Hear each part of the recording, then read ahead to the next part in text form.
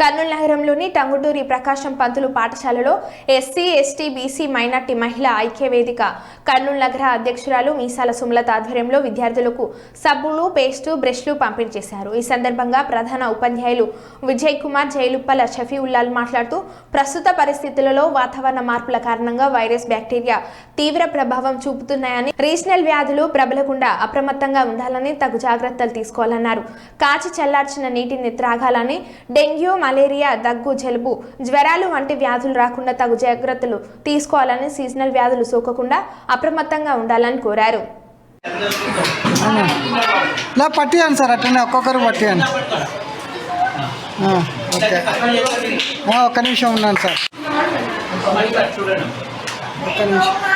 ఒక్క నిమిషం ఉన్నాను sir. Okay sir, okay sir. నగరంలోని ప్రకాశం పంతులు పాఠశాలలో విద్యార్థిని ప్రస్తుత వాతావరణ రీత్యా మరి వ్యాధులు ప్రబలుతున్నాయి. ముఖ్యంగా విజయ్ కుమార్ సార్ గారికి, అలాగే ప్రకాశం పంతులు నగర పాఠశాల యొక్క శరీరాలను కాపాడుకోవాలి. అలాగే కర్నూలు కళాకారుల సేవా కేంద్రం ఆధ్వర్యంలో ఈరోజు నగరంలోని టంగుటూరి ప్రకాశం పంతులు నగర పాఠశాల యందు విద్యార్థులకు టూత్పేస్టులు, బ్రష్లు, సబ్బులు పంపిణీ చేయడం జరిగింది.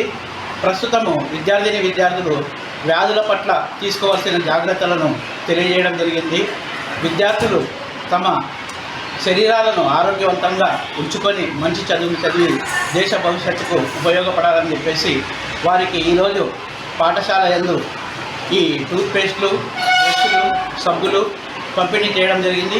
ఈ కార్యక్రమంలో పాఠశాల ప్రధాన ఉపాధ్యాయులు విజయ్ కుమార్ సారు, పాఠశాల సిబ్బంది పాల్గొనడం జరిగింది.